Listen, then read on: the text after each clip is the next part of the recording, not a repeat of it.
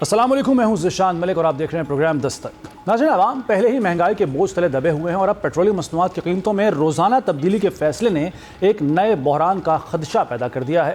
Petrol pump مالکان اور petroleum dealers ایسوسی ایشن نے حکومتی فیصلہ مسترد کر دیا ہے، ساتھ ہی پیٹرول پمپ غیر معینہ مدت تک بند رکھنے کا اعلان بھی کر دیا۔ پیٹرول پمپ بند ہوئے تو اس کے سب سے زیادہ اثرات عام شہری پر پڑیں گے، جو پہلے ہی مہنگے پیٹرول، بڑھتے کرایوں اور آسمان کو چھوتی مہنگائی کی چکی میں پس رہا ہے۔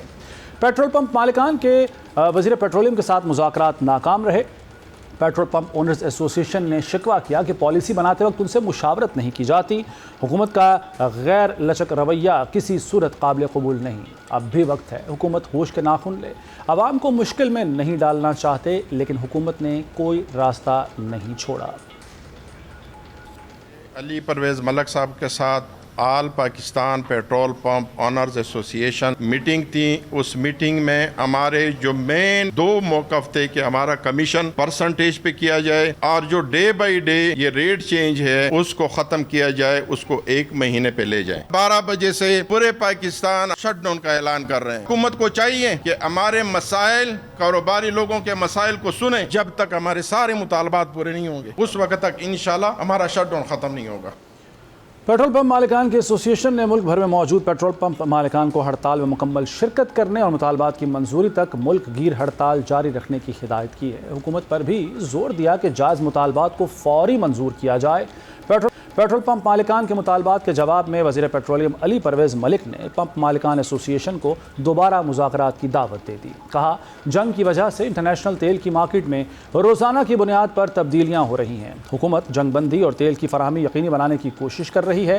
حکومت آج بھی 7 دنوں کی اوسط کے مطابق قیمت لے کر چل رہی ہے۔ پیٹرول پمپ مالکان کے مطالبات مانے جاتے ہیں یا نہیں، حکومت سے دوبارہ مذاکرات ہوئے تو شرائط میں نرمی ہوگی یا پھر مزید سخت شرائط اور نئے مطالبات شامل کیے جائیں گے، یہ اب آنے والے وقت پر پتہ چلے گا۔ اور جو اہم بات ہے وہ یہ ہے کہ عوام کے مفاد کو مد نظر رکھنا چاہیے۔ اس پر بات کر لیتے ہیں، ہمارے ساتھ پیٹرولیم ڈیلرز ایسوسی ایشن پنجاب کے صدر نعمان مجید صاحب موجود ہیں۔ نعمان صاحب، بہت شکریہ آپ کی قیمتی وقت کا۔ سر، حکومت کہتی ہے کہ ہم روزانہ کی بنیاد پر جو قیمتوں کا تعین کریں گے یا رد و بدل کریں گے، اس کی وجہ یہ ہے کہ مشرق وسطیٰ میں حالات کشیدہ ہیں، آئل مارکیٹ میں قیمتیں بڑھ رہی ہیں اور عوام کو فائدہ پہنچانے کے لیے یہی ایک طریقہ ہے۔ آپ بتائیں کہ ڈیڈ لاک اصل میں ہے کہاں پر، اور روزانہ کی بنیاد پر پیٹرول کی قیمتیں تبدیل ہونے سے نقصانات کیا ہوں گے؟ جی، بسم اللہ الرحمن الرحیم۔ جی، سب سے پہلے جو ہے وہ میں آپ کو بتانا چاہوں گا کہ یہ جو ہمارا ملک ہے، یہاں پر جو اسمگل شدہ تیل ہے وہ سیل کیا جاتا ہے۔ تو سب سے پہلا جو پرابلم ہمیں آ رہی ہے اس مارکیٹ کو کمپیٹ کرنے کی آ رہی ہے، وہ تقریباً 250 روپے لیٹر بیچ رہے ہیں اور ہمیں اوگرا نے بابر کیا ہوا ہے کہ ہم لوگوں نے جو ہے وہ 350 روپے لیٹر بیچنا ہے۔ دوسرا جو مسئلہ آ رہا ہے وہ سٹاک مینٹین کرنے کا آ رہا ہے۔ ڈیلی بیسس پہ اگر آپ لوگ جو ہے وہ پرائسز چینج کرتے ہیں تو اس کی وجہ سے جو ہمیں سٹاک ہے وہ ہمارا مینٹین نہیں ہوتا۔ اب دیکھیں او ایم سیز جو ہے انہوں نے پچھلے 4 دن سے ہمیں ڈیزل نہیں دیا، اور یہی اگر صورتحال رہی تو پیٹرول بھی جو ہے اس کی بھی شارٹیج پیدا ہو جائے گی۔ تو حالات کے مطابق جو ہے وہ ہمارا کاروبار خود ہی جو ہے آٹومیٹکلی گورنمنٹ بند کر رہی ہے۔ ہم لوگوں نے تو صرف ایک صاحب کی جو ہے اسٹرائک اناؤنس کی ہے بس۔ اچھا جی، لیکن آپ کو نہیں لگتا کہ اسٹرائک سے آپ کے چلے حکومت کے ساتھ جو اختلافات ہیں، ڈیڈ لاک ہے اپنی جگہ پر، نقصان تو عوام کا ہی ہوگا؟ عوام کو پیٹرول نہیں ملے گا، دھکے کھائیں گے وہ، تو نقصان تو عوام کا ہی ہے۔ اور عوام یہ نہیں دیکھتے، نہیں سوچتے کہ بھئی آپ لوگوں کے مسائل کیا ہیں، وہ یہ صرف یہ جاننا چاہتے ہیں کہ بھئی ان کو پیٹرول کیوں نہیں مل رہا۔ دیکھیں، عوام آلریڈی جو ہے وہ دھکے کھا رہی ہے۔ پچھلے 1 ہفتے سے آپ دیکھیں کہ پیٹرول جو ہے وہ کتنا تھوڑا تھوڑا کر کے جو ہے پیٹرول پمپوں کو دیا جا رہا ہے، اور پیٹرول پمپ بھی آگے سے جو ہے وہ ریشننگ کر کے سیل کر رہے ہیں۔ تو ہمیں پیچھے سے جو ہے وہ جب سپلائی نہیں پوری مل رہی ہے تو آگے سے ہم لوگ بھی اسی حساب سے سیل کریں گے، تو الٹیمیٹ جو بوجھ ہے وہ تو عوام پر ہی آنا چاہیے۔ تو یہ جو ہے گورنمنٹ کو چاہیے کہ عوام کے بارے میں سوچے اور اس جو فیصلے کو ختم کرے۔ جب یومیہ ماہانہ بنیاد پر جو ہے وہ پرائس چینج ہوتی تھی تو تب مہینے بعد جا کر کہیں شارٹیج آتی تھی، جس کا عوام تک جو ہے وہ کوئی اثر بھی نہیں ہوتا تھا۔ لیکن اب جو ہفتہ وار انہوں نے کیا تو اس کا عوام پر اثر آنا شو ہونا شروع ہو گیا، اور اب جب ڈیلی بیسس پر ہے تو ابھی تو 3-4 دن ہوئے ہیں، تو ہم لوگوں کی جو ہے وہ ہم لوگوں نے ہاتھ کھڑے کر لیے ہیں۔ آگے اس کو لانگ ٹرم کیسے یہ لے کر چل سکتے ہیں؟ یہ پاسبل ہی نہیں ہے کہ ڈیلی بیسس پہ پاکستان میں اس کو امپلیمنٹ کیا جائے۔ جی لیکن جو جسٹیفیکیشن دی جاتی ہے گورنمنٹ کی طرف سے، کیا آپ اسے تسلیم کریں گے؟ جو انٹرنیشنل مارکیٹ میں آئل پرائسز بڑھ رہی ہیں، مسلسل بڑھ رہی ہیں، اور آئل آ نہیں رہا، تیل آ نہیں رہا، پاکستان میں بڑا مشکل کا سامنا ہے، اس جسٹیفیکیشن کو آپ بائی کرتے ہیں؟ دیکھیں ہمیں جو ہے نا وہ تو لگ رہا ہے کہ یہ جو ہے نا بند کمروں کا فیصلہ ہے، کیونکہ نہ ہم میجر سٹیک ہولڈر ہم تھے، ریٹیلرز ہم ہیں، ہم لوگوں سے مشاورت نہیں کی گئی۔ اوگرا سے ہم لوگوں نے جب ہفتے والے دن بات کی تو ہمارے ساتھ بھی مشاورت نہیں کی۔ آئل مارکیٹنگ کمپنی جو ہے وہ بھی اس بات پر ہے کہ ہم سے بھی مشاورت نہیں کی گئی، تو کسی میجر سٹیک ہولڈر کو تو انہوں نے اعتماد میں نہیں لیا۔ اگر انہیں اعتماد میں لے کے کوئی پالیسی بنائی جاتی تو وہ جو ہے وہ امپلیکیبل بھی ہوتی اور اس کا جو ہے وہ ملک و قوم کو بھی فائدہ ہوتا۔ جی اچھا یہ بتائیں کہ ڈیڈ لاک کہاں پر ہے؟ کیونکہ مذاکرات ہو رہے ہیں، حکومت تو یہی کہتی ہے، علی پرویز ملک بھی یہ کہتے ہیں کہ ہم جو مطالبات ہیں، جائز مطالبات ہیں، وہ مان بھی لیں گے۔ اب گزشتہ روز جو مذاکرات ہوئے تھے وہ ناکام ہو گئے، آج بھی ایکسپیکٹڈ ہے کہ شاید کوئی حل نکل آئے۔ ڈیڈ لاک کہاں پر ہے اور آپ کیا سمجھتے ہیں کہ ہٹ دھرمی کا مظاہرہ کر رہی ہے حکومت؟ جی دیکھیں کل جس طرح سے جو منسٹر صاحب کا رویہ تھا ہمارے ساتھ، اس سے تو یہی لگتا ہے کہ ہٹ دھرمی کا مظاہرہ ہی کر رہی ہے، کیونکہ انہوں نے بالکل بھی ہماری بات کو سننا مناسب نہیں سمجھا اور انہوں نے کہا ٹھیک ہے پھر جو ہے نا وہ مذاکرات نہیں ہو سکتے۔ یعنی کہ ان کا جو رویہ ہے وہ آپ دیکھ سکتے ہیں کہ کتنا سیریس تھا کل۔ اور دوسرا یہ کہ ڈیڈ لاک جو ہے ہمارا وہ ہم لوگوں نے غیر معینہ مدت کے لیے اناؤنس کیا ہے، ہم نے کوئی ڈیڈ لاک نہیں دیا کہ ہم لوگ جو ہے وہ ایک دن کے لیے بند کریں گے یا 2 دن کے لیے۔ جب تک ہمارے مطالبات تسلیم نہیں کیے جاتے تب تک ہمارے جو پیٹرول پمپس ہیں وہ بند رہیں گے۔ اچھا یہ بتائیے گا کہ اب جو اس وقت سچویشن چل رہی ہے، پیٹرول پمپ مالکان پر، ڈیلرز پر بھی بڑی تنقید ہوتی ہے عوام کی جانب سے کہ جب پیٹرول مہنگا ہونا ہوتا ہے، پتہ چلتا ہے کہ پیٹرول مہنگا ہونے والا ہے تو فروخت بند کر دی جاتی ہے، پیٹرول پمپس بند کر دیے جاتے ہیں، اور اس کے بعد جیسے 12 بجے سے طلاق ہوتا ہے تو پھر فروخت شروع کی جاتی ہے، جس کا فائدہ آپ لوگ اٹھاتے ہیں۔ اس اعتراض پہ تو ظاہر ہے حکومت کا کوئی قصور نہیں نا، یہ تو آپ لوگوں پہ سراسر الزام ہے یہ۔ دیکھیں ہم لوگ جو ہے نا ہم لوگ فرنٹ پر ہیں، ہم لوگوں کی 3 دیواریں ہیں، چوتھی دیوار کوئی نہیں ہے، ہم لوگوں کو گیٹ کوئی نہیں ہے، کوئی بھی اندر آ کر ہماری جو ہے چیکنگ کر سکتا ہے۔ مسئلہ سارا یہ ہے۔ اب دیکھیں کہ پیٹرول پمپ والا جو ہے جب اس کو 7-8 روپے جو ہے وہ 1 لیٹر کے پیچھے بچ رہے ہیں تو وہ اپنا پمپ کیوں بند کرے گا؟ وہ تو اس نے تو پمپ کھولا ہی کاروبار کرنے کے لیے، تو وہ اس کو بند کرنے کی مجبوری یہ پیدا ہوتی ہے کہ اس کے پاس اسٹاک ختم ہو جاتا ہے۔ اب جب سٹاک ہی نہیں اویلیبل ہوگا تو وہ پیٹرول پمپ جو ہے وہ سر یہ کیسا سٹاک ہے جو تقریباً 11 بجے جو ہے وہ ختم ہو جاتا ہے اور 12 بجتے ہی بغیر کوئی گاڑی آئے، بغیر کوئی ٹینکر آئے فوراً سے جو ہے وہ رینیو ہو جاتا ہے اور پھر فروخت شروع ہو جاتی ہے کیونکہ قیمتیں بڑی ہوتی ہیں؟ یہ کس قسم کا سٹاک ہے جناب؟ سر دیکھیں 12 بجے کے بعد جو ہے نا وہ جن پمپوں پر ہوتا ہے نا سٹاک موجود ہوتا ہے وہ پمپ تو بند ہی نہیں ہوتے۔ میں بند پمپوں کی بات کر رہا ہوں، اور وہ جو ہے وہ 12 بجے کے بعد نہیں کھولتے ہیں، وہ صبح کوئی 7-8 بجے جب ڈپو سے گاڑی ریلیز ہوتی ہے تو پھر وہ سیل سٹارٹ کرتے ہیں۔ نعمان صاحب بڑے احترام کے ساتھ میں آپ سے یہ درخواست کروں گا، جب بھی اب نیکسٹ ٹائم قیمتیں بڑھتی ہیں آپ خود تشریف لے کے جائیں، بلکہ آپ اپنی گاڑی پہ جائیں، آپ خود پیٹرول ڈلوانے جائیں، بھروانے جائیں، اور پھر آپ ضرور مجھے بتائیے گا کہ آپ کو آزادی سے پیٹرول مل رہا ہے یا نہیں، اور 12 بجے کے بعد پیٹرول ملے گا، اس سے پہلے ملا یا نہیں۔ یہ میں آپ سے میری درخواست ہے کیونکہ ایسا ہو رہا ہے، میں خود اس کا شکار ہوں۔ ہمارے بہت سے لوگ جو ہیں وہ شکوہ کرتے نظر آتے ہیں کہ بھائی جب پیٹرول کی قیمت بڑھتی ہے تو پیٹرول بہت سے پمپ، میں یہ اکثریت کی بات کر رہا ہوں، میں ہر پیٹرول پمپ کی بات نہیں کر رہا ہوں، واضح رہے۔ میں جی بالکل آپ کا یہ اعتراض بالکل جائز ہے۔ اس کی وجہ یہ ہے دیکھیں کہ اس میں سے جو ہے نا زیادہ تر پیٹرول پمپس جو ہے نا وہ ہے کمپنی آپریٹڈ، اور دوسرا جو ہے نا وہ جو پیٹرول پمپ بند کر کے بیٹھ جاتے ہیں، جو ذخیرہ اندوزی کرتے ہیں نا، ان کا ہماری ایسوسی ایشن کے ساتھ کوئی تعلق نہیں ہے، ہم نہ انہیں آن کرتے ہیں اور نہ ہی جو ہے وہ ہم ان کا کسی صورت ساتھ دیں گے۔ نعمان صاحب جب پیٹرول بڑھا ہے، جب یہ جنگ شروع ہوئی تھی اس کے بعد 400 سے اوپر بھی پیٹرول گیا ہے، بڑی ہائی جو ہے پرائسز ہو چکی تھیں، 50 روپے کا اضافہ، 70 روپے کا اضافہ ایک ساتھ ہوا، تب تو سر بڑا اچھا لگتا تھا یہ اضافہ پیٹرول پمپ مالکان کو بھی کہ یار چلو کمائی ہو رہی ہے، پرانا جو سٹاک خریدا ہوا ہے اس کو مہنگے داموں بیچا۔ اس وقت کوئی اعتراض، کوئی ایسا غلط فیصلہ نظر نہیں آتا تھا حکومت کا، لیکن جب جیسی قیمتیں کم ہوتی ہیں تب سارے اعتراضات، ساری خرابیاں اس وقت دکھائی کیوں دینے لگ جاتی ہیں؟ دیکھیں ابھی فی الحال موجودہ سچویشن کی جو بات کریں تو فی الحال تو پرائسز بڑھ ہی رہی ہیں، کم نہیں ہو رہی ہیں، اور اعتراض جو ہے وہ ہمیں پرائسز انکریز کا نہیں ہے، اعتراض ہمارا جو ہے نا وہ ہے کہ ہمیں جو ڈیلی بیسس پہ پرائسز چینجز سے ہمارا جو سٹاک نہیں مینٹین ہو پا رہا ہم سے، ہمارا مین اعتراض یہ ہے، اور اسی وجہ سے ہم لوگ یہ وہ ہڑتال کر رہے ہیں۔ اچھا یہ بتائے گا کہ اس کا حل کیا ہے؟ آپ کیا حل تجویز کرتے ہیں حکومت کو کہ بھائی یہ معاملات حل کر لی جائیں، ان کو ریزالو کر لیا جائے تو اس کے بعد ہم ہڑتال نہیں کریں گے، پیٹرول کی فروخت بند نہیں کریں گے؟ ہمارے دیکھیں دو مطالبات ہیں بس. ایک مطالبہ ہمارا جو ہے وہ ڈیلی پرائس چینج کا ہے، اور دوسرا جو ہے وہ اس کو جو ہے نا ڈیلی سے ختم کر کے منتھلی بیسس پہ لے کے جایا جائے. اور دوسرا جو ہمارا ڈیلرز مارجن ہے نا وہ 7 روپے اس کو ختم کر کے تو 8% پہ فکس کیا جائے اسے. ٹھیک ہو گیا. بہت شکریہ نعمان مجید صاحب، آپ نے ہمیں وقت دیا. اور جو مطالبہ ہے پیٹرولیم ڈیلرز ایسوسی ایشن کا، پمپ مالکان کا، اس پر حکومت سے مذاکرات کا ایک اور دور ہونا ہے. دیکھتے ہیں اس کا کیا فیصلہ ہوتا ہے اور کیا ہڑتال کا جو اعلان کر رکھا ہے وہ ہوگی یا نہیں. آپ بات کریں گے جو مشرق وسطیٰ میں جنگ کی آگ ہے وہ ابھی تک بجھنے مزید بھڑکتی جا رہی ہے، کیا ہونے والا ہے آنے والے دنوں میں، اس پر گفتگو ہوگی ایک بریک کے بعد.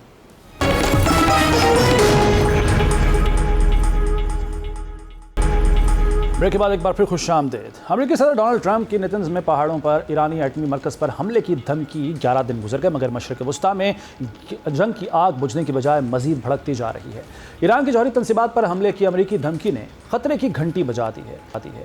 جواب میں خاتم الانبیاء بریگیڈ نے خبردار کیا ہے کہ جوہری تنصیبات پر حملہ خطے میں جنگ کے پھیلاؤ کا باعث بنے گا. امریکہ اور اس کے اتحادی بھی محفوظ نہیں رہیں گے. امریکہ نے ایران کے خلاف فوجی کارروائیوں کا سلسلہ تاحال نہیں روکا. ایران کے شہر تبریز، کرمانشاہ، بوشہر، خوزستان، سرخ دھماکوں سے گونج اٹھے.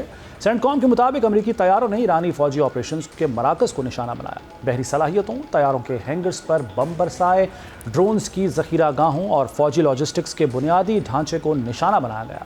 دوسری جانب ایران کے امریکہ کے خلاف آپریشن سائقہ میں ایران کی مسلح افواج نے دعویٰ کیا ہے کہ اس نے اردن اور بحرین میں واقع امریکی فوجی اڈوں کو ڈرون حملوں کا نشانہ بنایا ہے. ایرانی فوج نے کویت میں اہم ترین امریکی بیس کیمپ پر حملہ کر دیا. ایرانی فوج کے مطابق حملے میں امریکی فوج کے اسلحہ گوداموں، کمانڈ سینٹرز کے لاجسٹک آلات کو نشانہ بنایا گیا. امریکہ میں بیس میں نصب ریڈار کمپلیکس اور بوبیان میں ریڈار سسٹم کو بھی نشانہ بنایا. مشرق وسطیٰ کو جنگ کی آگ میں دھکیلنے والا اسرائیل امریکہ کو ایران کے خلاف جنگ میں الجھا کر خود جنگ سے پیچھے ہٹنے کی کوشش کرنے لگا. اسرائیلی وزیر خزانہ نے ایک انٹرویو میں کہا ہے کہ اسرائیل ایران کے خلاف امریکی فوجی مہم میں شامل ہونے میں کوئی دلچسپی نہیں رکھتا. امریکہ اور ایران کے درمیان تنازع تہران پر مسلسل معاشی دباؤ بڑھا رہا ہے جو اسرائیل کے مفاد میں ہے. اسرائیل نے امریکہ کو ایران کے خلاف جس جنگ کی آگ میں دھکیلا ہے، جنگ کی اس آگ میں اب تک امریکہ $37 ارب جھونک چکا ہے. امریکی وزیر جنگ پیٹ ہیگزت نے سینٹ کی فنڈز مختص کرنے والی کمیٹی سے مزید $87 ارب مانگ لیے ہیں. ساتھ میں خبردار بھی کر دیا کہ فنڈز نہ ملے تو امریکہ کے لیے سب سے بڑا خطرہ ہوگا. سینٹ کمیٹی میں بریفنگ کے دوران امریکی وزیر جنگ کو سخت سوالات کا سامنا کرنا پڑا. اراکین نے کہا، کبھی کہتے ہیں جنگ ختم ہو گئی، کبھی کہتے ہیں نہیں ہوئی، میزائل ہیں یا نہیں ہیں.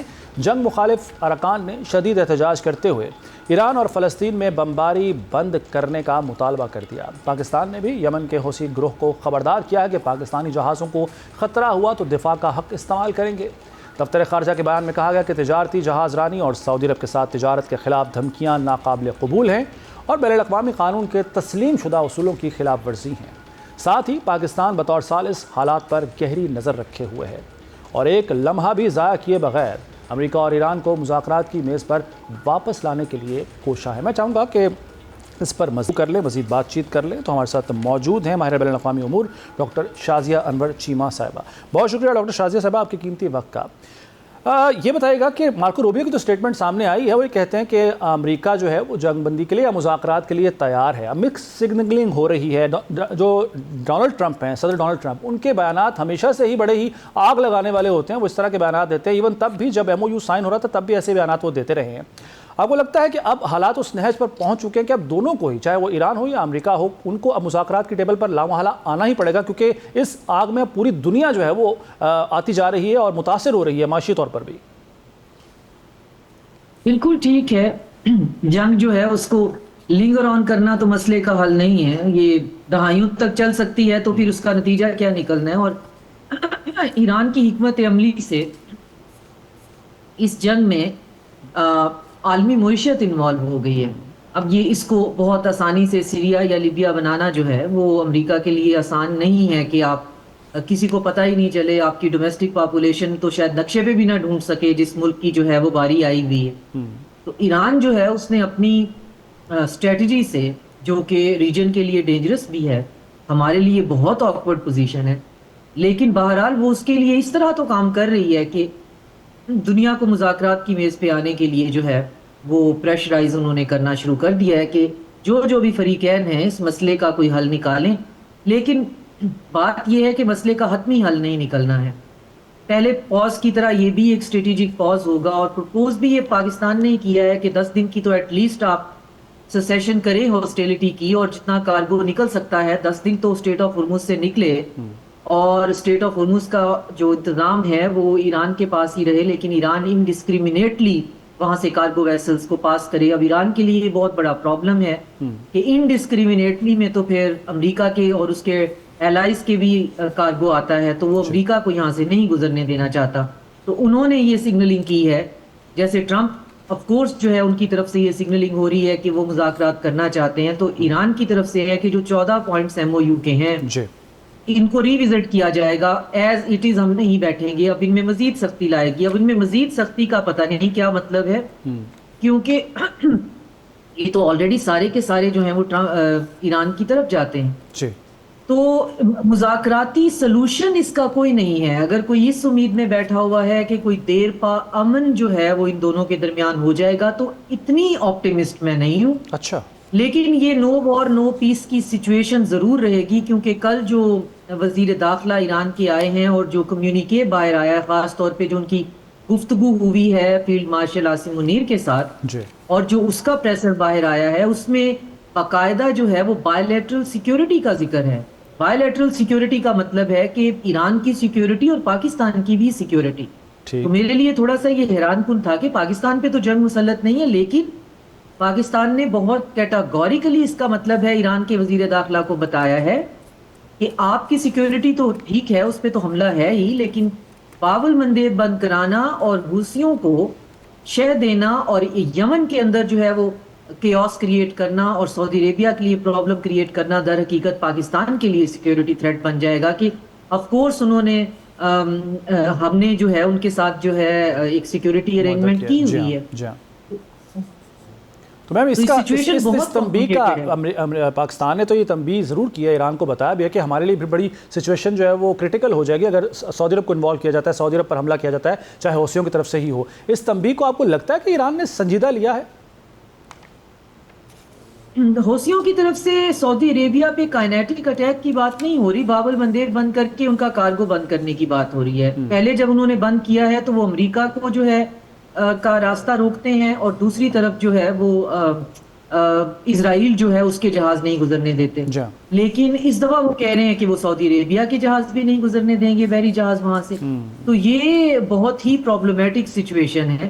اس کے لیے سعودی عربیہ اگر اسٹیٹ آف ہرمز سے بھی نہیں گزر سکتے, ادھر سے باب المندیب سے بھی نہیں گزر سکتے, تو یہ تو پھر ان کو اکنامیکلی چوک کرنے والی بات ہے. اکانومی تو گلف کنٹریز کی پہلے ہی بہت زیادہ کمپرومائز ہو گئی ہے, ان کی اپنی کریڈیبلٹی کمپرومائز ہو گئی ہے اس جنگ کے اندر. تو ایران اگر اس ریجن کے اندر سروائیو کرنا چاہتا ہے, کیونکہ اسے امریکہ کے سامنے ٹکے رہنے کے علاوہ اس ریجن کے اندر ڈپلومیٹیکلی سروائیو بھی کرنا ہے. ایران ہمیشہ سے ایک آؤٹ لائر رہا ہے, ایک آڈ ون آؤٹ رہا ہے, اور ریجنل کنٹریز کے ساتھ ان کی کبھی بھی جو ہے وہ ڈپلومیٹک ریلیشن اچھے نہیں رہے ہیں. ان کے اڑوس پڑوس میں آذربائیجان سے, ترکی سے, تو گلف کے کنٹریز تو ویسے ہی ایک سیکیورٹی امبریلا کے انڈر ہیں, جسٹ بیکاز کہ ایران سے ان کو تھریٹ ہے. اب یہ تھریٹ اگر پرسسٹ کرتا ہے اور پھر کیے ہی چلا جاتا ہے, اور اب جسٹیفائبلی ہمیں دکھائی بھی دینے لگ گیا ہے کہ اب صرف یہ پرووکیشن کا جواب نہیں ہے, کیونکہ ملٹری بیسز کوئی کرائے کا مکان نہیں ہے کہ ایون وہ بھی نہیں خالی کیا کرایا جا سکتا ایک رات کے نوٹس پہ یا ایک ہفتے کے نوٹس پہ کہ جی سامان اٹھائیں اور جائیں. ان کے منصوبے ہوتے ہیں, اور سمجھنے والے سمجھتے ہیں کہ یہ جو ایگریمنٹس ہوتے ہیں یہ دہائیوں پہ مشتمل ہوتے ہیں. اگر آپ ایگریمنٹ سے نکلیں تو آپ کے لیے کورٹ آف آربیٹریشن میں آپ جا سکتے ہیں. یعنی ایران کے کچھ مطالبات آپ سمجھتے ہیں میم کہ غیر حقیقی ہیں, وہ مطالبات شاید اتنے سخت جو کر رہا ہے وہ نہیں کرنے چاہیے؟ ایران کے مطالبات میں سے جو ان کے MOU کے اندر مطالبات ہیں وہ بالکل حقیقی ہیں کہ ہمارے پیسے واپس کیے جائیں, ہم پہ سے سینکشنز ہٹائی جائیں, اور اسٹیٹ آف ہرمز کو ہم سنبھالیں گے, کیونکہ ہم سنبھالے میں پیچھے چائنا جو ہے وہ برابر کا شامل ہے. کیونکہ چائنا کسی صورت بھی اسٹیٹ آف ہرمز کا کنٹرول, امریکہ کے پاس کنٹرول تو خیر امریکہ کے پاس کیا ہی ہونا ہے, اس کو فری اور اوپن بھی نہیں رکھنا چاہتا. چائنا اس کو وایا ایران کنٹرول کروانا چاہتا ہے. تو وہ جو 14 پوائنٹ ہیں وہ ریئلسٹک بھی ہیں, لاجیکل بھی ہیں, ہاں وہ ہیں سارے ایران کے حق میں. تو یہ اور بات ہے, کسی نے ٹرمپ کا ہاتھ پکڑ کے تو اس پہ سائن کروائے نہیں, اس نے بڑی اجلت میں اپنی اکانومی کو بچانے کے لیے, کیونکہ اس نے پاسداری تو اس کرنی نہیں تھی, تو انہوں نے سائن کر دیے. جو چیز ان کے illogical ہے، جس کے اندر ریزننگ نہیں ہے، وہ یہ ہے کہ ان کی عوام کے اندر یہ سینٹیمنٹ پیدا ہونا کہ ان کو ایک ڈیسائسو وکٹری چاہیے، اور ڈیسائسو وکٹری بھی اگینسٹ سپر پاور. یہ بہت انریلسٹک ہے. بے شک آپ یہ کہیں جی وہ کل کی ایمپائر ہے، آج ہم اس کے سامنے کھڑے ہو گئے، کل اس نے سیریا کا کیا حال کیا، عراق کا کیا حال کیا، گرتی ہوئی دیوار ہے، ایک دھکا اور دیتے ہیں. نہیں، اتنی گرتی ہوئی نہیں ہے، جاتے جاتے بھی وہ بہت تباہی اور بربادی کر جائے گی. اب مسئلہ یہ ہے کہ ایران کے اندر انتقام، وینجنس اور ایک جو نیشنل پرائیڈ ہے، سیولائزیشنل ہیوبرس ہے، پھر ان کی اپنی سیکٹیرین ایک سیکریفائس کا ایک ایلیمنٹ ہے. تینوں چیزوں نے مل کر ایک بہت ہی ڈینجرس کمبینیشن بنا دیا ہے، اور اس ڈینجرس کمبینیشن کو ہوا دے رہا ہے ان کا decentralized command and control system. اب decentralized command and control system جو ہے وہ ہر ایک کمانڈر کو جو بھی ایریا اس کا ہے اس کو پوری ڈسکریشن دیتا ہے کہ وہ اپنی ثوابدید پہ ڈیسیژن لے. ٹھیک ہے. اب وہ کوئی بھی ڈیسیژن لے رہا ہے اس میں سینٹرل کمانڈ تو کوئی ہے نہیں، سینٹرل کمانڈ انوالو اس میں نہیں ہے. ٹھیک ہے میم، وقت ختم ہو گیا ہے. ڈاکٹر شازیہ انور چیمہ صاحبہ، بہت شکریہ آپ کے قیمتی وقت کا. آپ نے مشرق وسطیٰ کی کشیدگی کے حوالے سے گفتگو کی. اور ناظرین، پاکستان نے $10 ارب کی مالی سہولت مانگ لی ہے امریکہ سے. کس مد میں یہ مانگی گئی ہے اور کیا امریکہ یہ سہولت پاکستان کو دے گا یا نہیں؟ ایک بریک کے بعد.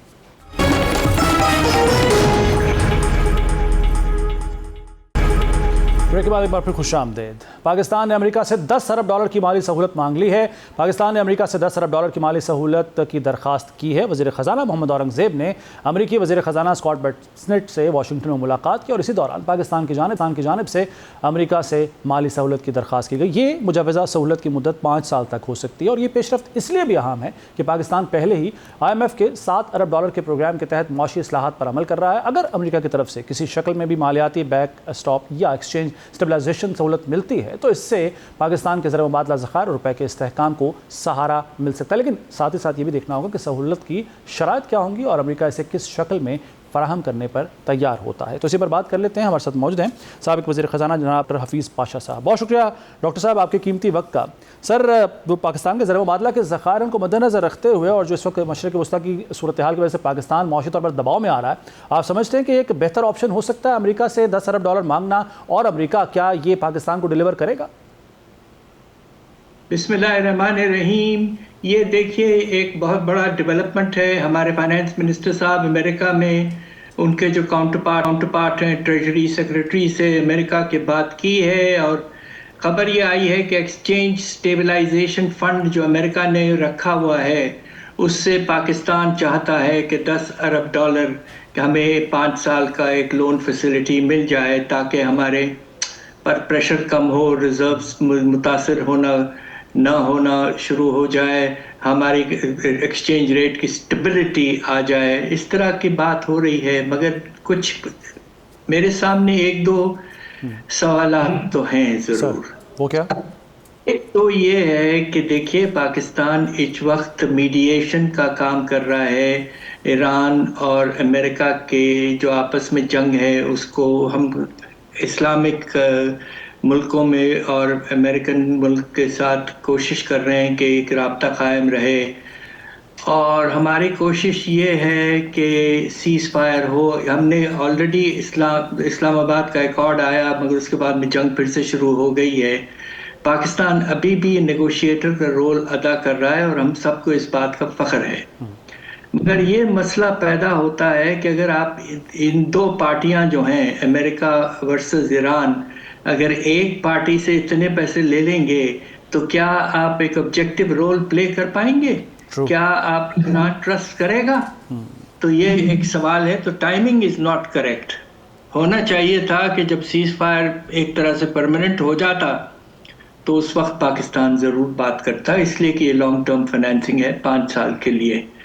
دوسرا ایشو یہ ہے کہ اس وقت پاکستان ایک IMF کے پروگرام میں ہے جو کہ اگلے سال جو ہے جون جولائی 2027 میں تقریباً مکمل ہو جائے گا.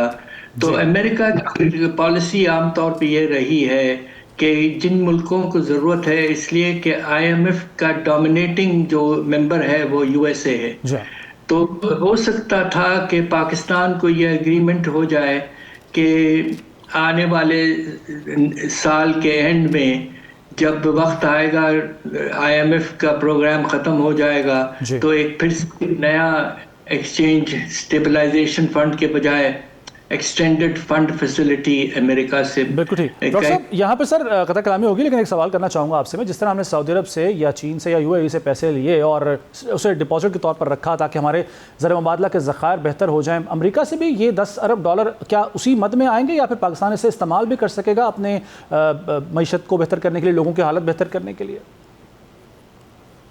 بہتر اس طرح سے ہوگا کہ پاکستان کی ریزرو پوزیشن یقیناً بہتر ہو جائے گی. اب آپ یہ دیکھیے کہ اس وقت ہمارے پاس جو سعودی عربیہ سے $8 ارب اور چائنا سے $4 ارب, یہ ملا لے تو $12 ارب ہیں.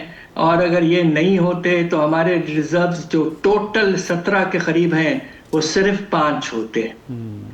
یہ ہوتا ہے کہ یہ استعمال نہیں ہوتے مگر یہ ریزرو کا لیول جو ہے اس کو مستحکم کرتے ہیں.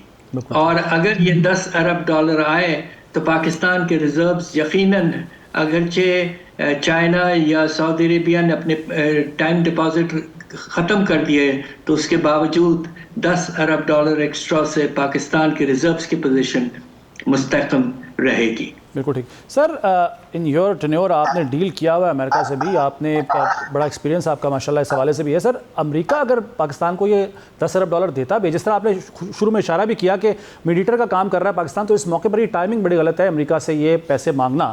لیکن کیا شرائط ہو سکتی ہیں آپ کے خیال میں کنسیڈرنگ امریکہ کہ جس طریقے سے امریکہ جس کا دوست ہوتا ہے اس کے لیے بھی کافی مشکلات ہوتی ہیں. اوبویسلی یہ کہا بھی جاتا ہے کہ امریکہ کی دشمنی اتنی خطرناک ہے جتنی اس کی دوستی خطرناک ہے. کیا ایسی شرائط ہو سکتی ہیں پاکستان کے لیے اگر $10 ارب امریکہ پاکستان کو دیتا ہے تو؟ دیکھیے اس وقت بات چیت کا بالکل جسے کہتے ہیں نا آغاز ہے, اور مجھے اس بات پہ پورا یقین نہیں ہے کہ امریکہ جو ہے اس چیز کو ایڈمٹ کرے گا اور اس کو سیریسلی اس پہ بات چیت ہوگی. ذرا تھوڑا آگے بڑھنے دیجئے, پھر اس کی امپلیکیشنز پر ہم سب بیٹھ کے سوچیں گے.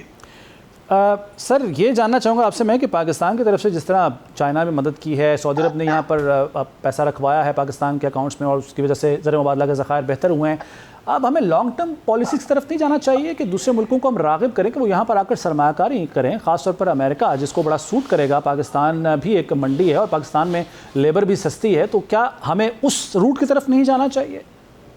بالکل آپ ٹھیک کہہ رہے ہیں. بات دراصل یہ ہے کہ یہ ٹائم ڈپازٹ سے ایک جسے کہتے ہیں آرٹیفیشلی اچھا تصویر نظر آتی ہے, مگر ریالٹی میں پاکستان کو اگر ایک سسٹینیبل لانگ ٹرم اسٹریٹجی کی طرف جانا ہے جس کے نتیجے میں شرح نمو بھی 5-6% ہو جائے تو پاکستان اور غربت اور بے روزگاری میں واضح طور پر کمی آنا شروع ہو جائے, تو اس کے لیے پاکستان کو موبلائزیشن جو ہے قرضوں سے نہیں کرنا چاہیے, جس حد تک ہمیں اپنے برآمدات کو پروموٹ کرنا چاہیے.